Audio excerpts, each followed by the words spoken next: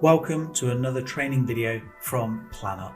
This is a step-by-step guide to show you how to create a plan and save an image out. The back page of this guide is a finished plan which we will reproduce. You can see it above just here. You'll need to refer to this plan throughout this walkthrough. This plan has been created to encompass most of the day-to-day circumstances you'll come across when drawing a plan, but there is much more that this guide does not cover. For more in-depth help, please refer to the support pages on our website, but hopefully here we will give you a basic understanding of how to build up a plan and save out the finished article. So, let's begin. Firstly, you'll need to open PlanUp and log in the bottom right-hand corner. Tap on Start a New Plan and you will see this screen. You will see the measurement of the hall on this example is 2.5 by 2 meters.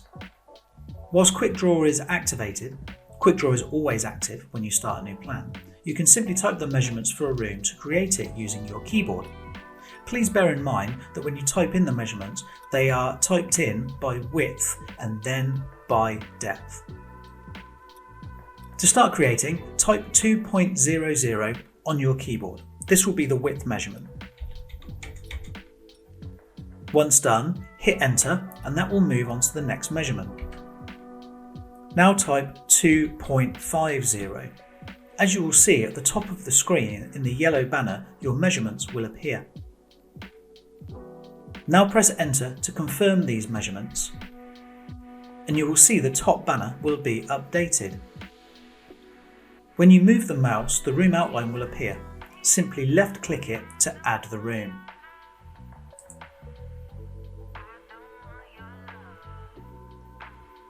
If for any reason you need to change a measurement, you can tap on the blue wall measurement boxes to type a new measurement, which will adjust the plan when you hit enter.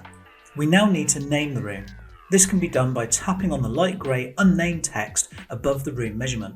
This will open a room menu with the names arranged alphabetically. Tap on Hall to choose the title. To add the front door, hover on the door icon at the top left. A drop-down menu will appear. You can click to select and move the required door into place. Click again to add the door. Now repeat this process to add the second door to the top right hand of the wall.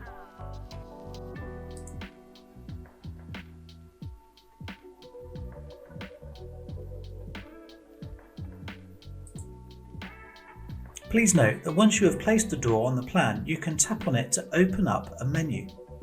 Here you can change the hinge directions of the door as well as some other options.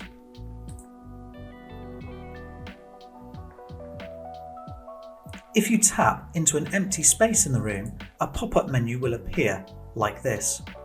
Here you can choose to show or hide the measurements and room name, change the title, delete the room, and increase or decrease the text size. From this pop-up menu, you can also amend the sizes to be shown on the plan, but more on that later.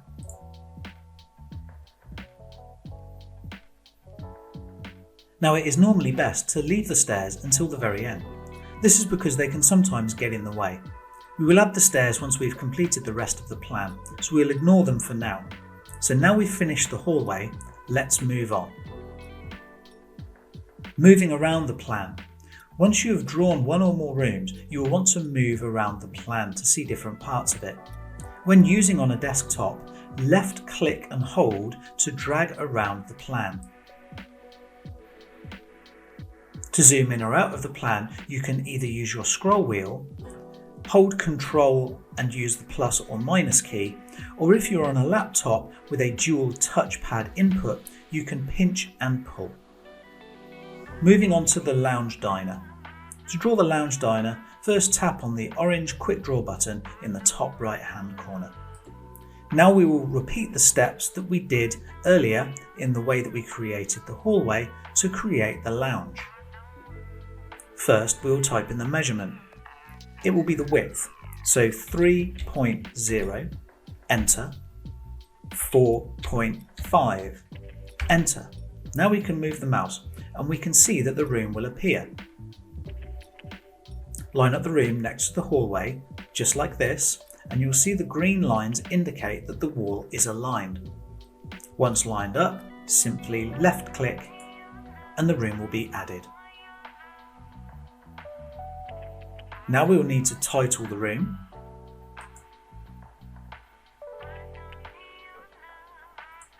We'll now need to add the fireplace and the doorway as shown in the example. Fireplaces are located here.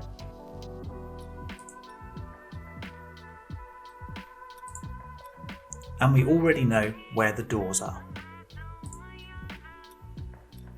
Again, click and add, and remember we can change the hinge left to right.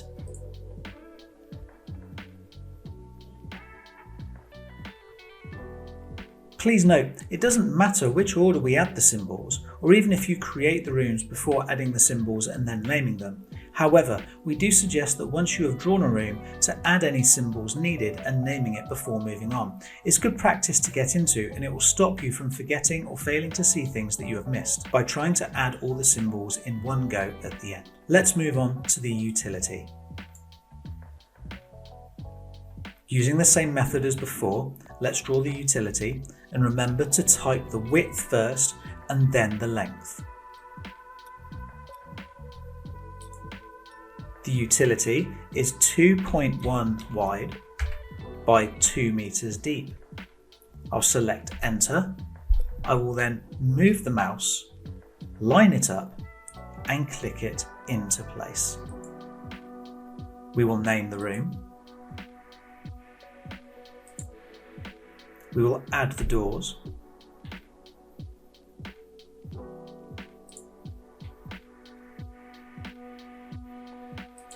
And now we will need to select a worktop from the top toolbar and place it along the bottom wall of the utility. The worktops are located under the Sync menu in the bottom left corner.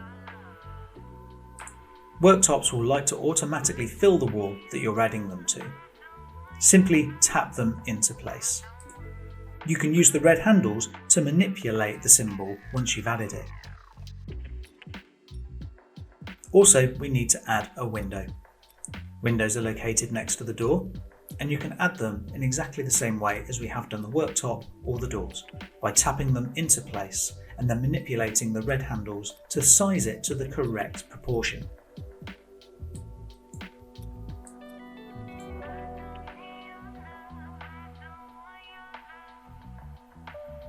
Now we can create the kitchen, and we can use Quick Draw in a different way to create it. First, tap on Quick Draw in the top right hand corner, and now tap and hold on the top left corner of the utility and drag down to the top left corner of the hall, and you will see the room expand. Once done, simply release the button and the room will be added. Now we can finish drawing the room. First, we'll name the room. Tap on the grey unnamed text and let's call it kitchen. Let's add a window. You can also tap, hold and drag a window to size first time if you wish. You can also do the same with the worktops.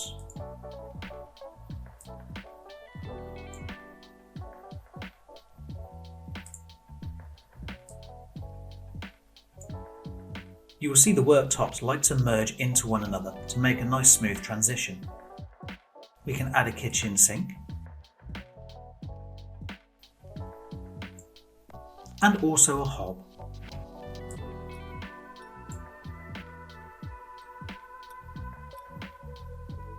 Note that you can move the text in the room by clicking and dragging them to the required position.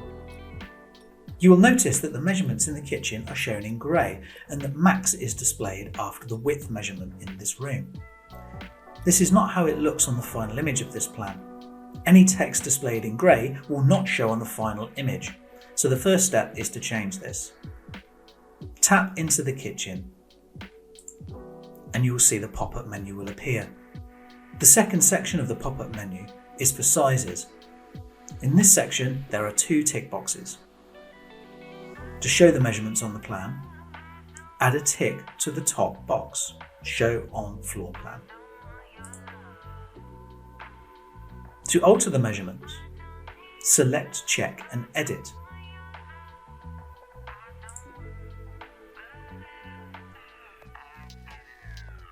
You can tap and drag on the arrowheads to adjust the measurements that will show on the plan.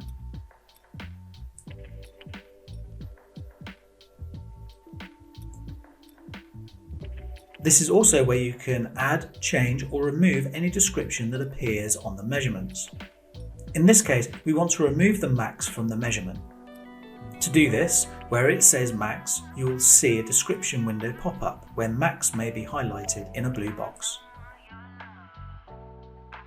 If max is highlighted, simply tap on it to deselect it and then tap OK to return to the previous screen. If it is not highlighted, simply press OK. When you've finished altering your measurements, tap Done in the yellow banner at the top of the screen. You will now see that the room text has been updated. Let's move on to the next floor. To create the next floor going up, tap on the upward pointing arrow along the bottom toolbar. A message will pop up asking you to confirm if you want to create a new floor above this one. Tap OK. When you've created more than one floor, you can use these arrows to navigate between your floors. You will now see a green outline of the floor below. Using the same method as we did for the first 3 rooms, the hallway, the lounge diner and the utility, let's create the bathroom. We can simply tap 2.9 and hit enter, and then 2 and hit enter. Before you click and add the room, move the room into position using the outline of the floor below. You will get green markers when the walls are aligned to those downstairs. You will see the green marker on the side here is showing us that we're in line with the left-hand wall. Simply tap it into place. Now we can complete the room by adding the toilet, bath, sink, window and door. Let's name the room. Let's add the bath. Baths are located under the shower icon. The toilet. The basin. The basin can be found under the toilet drop-down. The door.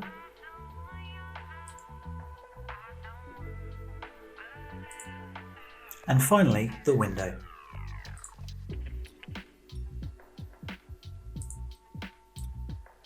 Remember, we can position our text where we need it. Now we will draw bedroom 2. Activate Quick Draw as normal by tapping on Quick Draw in the top right hand corner. And type the measurements for the room, width by height. 3 meters, select enter. 3.5, select enter. And when we move the mouse, we will see the room that we can add. But bedroom 2 is not rectangular. Before you click to add the room, you can move it into position and the walls will automatically wrap around the bathroom.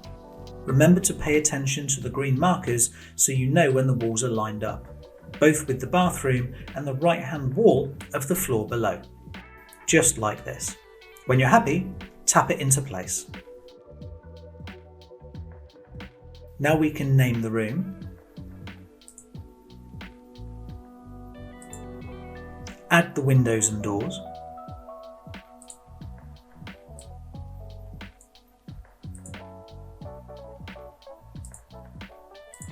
Show the measurements. And also add minimum or maximum as needed. Here we'll add maximum to the 3 meter wall. Once done, select Done in the yellow banner at the top of the screen. All of the remaining rooms can now be finished using one of the Quick Draw methods. Let's have a go at creating the remaining 3 rooms. First, bedroom 1. I'm going to select Quick Draw, use the keyboard and type 3 and enter, 3 and enter. I'll move the mouse, make sure it's lined up, and tap it into place. I will name the room. I'll add the window. And finally, I'll add the door. Now I will create the office.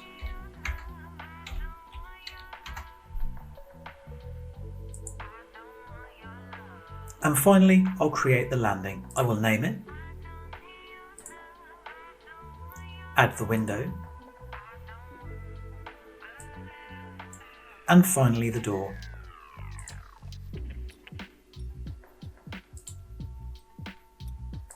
Lastly, I'll create the landing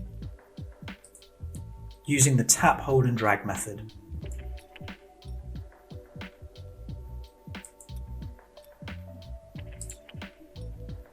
Now we've finished the first floor and we've moved the text to where we want it so it's nicely legible, we can move on to the staircase.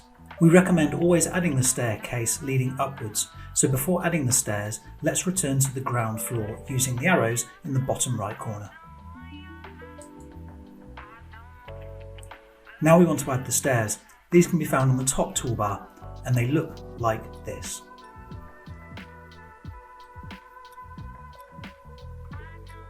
When you hover over, you'll be presented with a drop down of various shapes of stairs. Hover over the correct staircase, which is on the left menu, you'll see on the second drop down. We need to select this and place it into the hallway against the left hand wall. Remember to use the example to help you position the staircase correctly.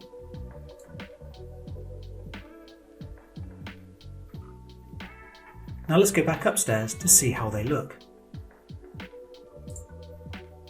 If the top step is too close to the door of the bathroom, we can change the size of the stairs. To do this, tap on the stairs and use the red handles. You can then drag this into position. Once done, do a final check of the plan, positioning all of the text to the centre of the rooms. This is a best practice you should do on all of your plans to make sure that the text is nicely legible.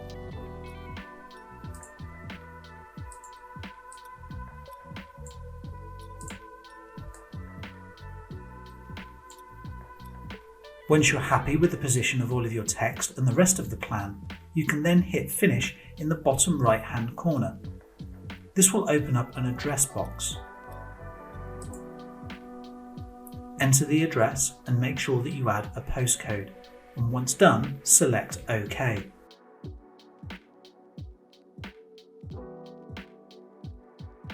Once this is done, the plan has hit our servers and we can now save out the image.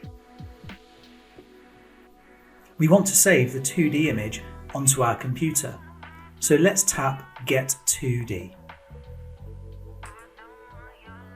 The preview will now appear slightly dimmer. This part of the screen is now inactive, and the menu panel to the right will have different options available. We want to customize the plan to be the same as the example. To do this, you'll need to click on Change Style. Here, we can then select on Colour Scheme. Here, you will see 5 options. Select black and white. However, if you wish to have a different colour scheme, you can choose that. Once done, hit the back arrow, and then hit the back arrow once more. You will notice the grey borders around the preview are the dimensions of the image that will be saved out. By default, the images are an A4 landscape JPEG. We are now happy with what we want to save out, so we can either select on the email option to get our images, and an email will be sent to the email address of which you have logged in with, or you can select the Download Direct option. This is the downwards pointing arrow just here. From here, you can choose to save out all the floors on one image, or the ground or first floor separately. If you've added a description, or if you have the DEA version where you have the EPC images or report, they can be saved out here as well. Also, you can find the integration ID if your back office software allows PlanUp integration. We'll save out all floors on a single image. From here, a downloader will appear, and you can choose where you wish to save your image. Once done, you'll get a notification that the download has succeeded. Congratulations, you've just drawn and saved out your first plan. This was a very brief overview, and there are still many things to learn, but hopefully this has given you the know-how to create and save a plan. For more in-depth information, take a look at our support pages or our other YouTube training videos. We hope this has been of help.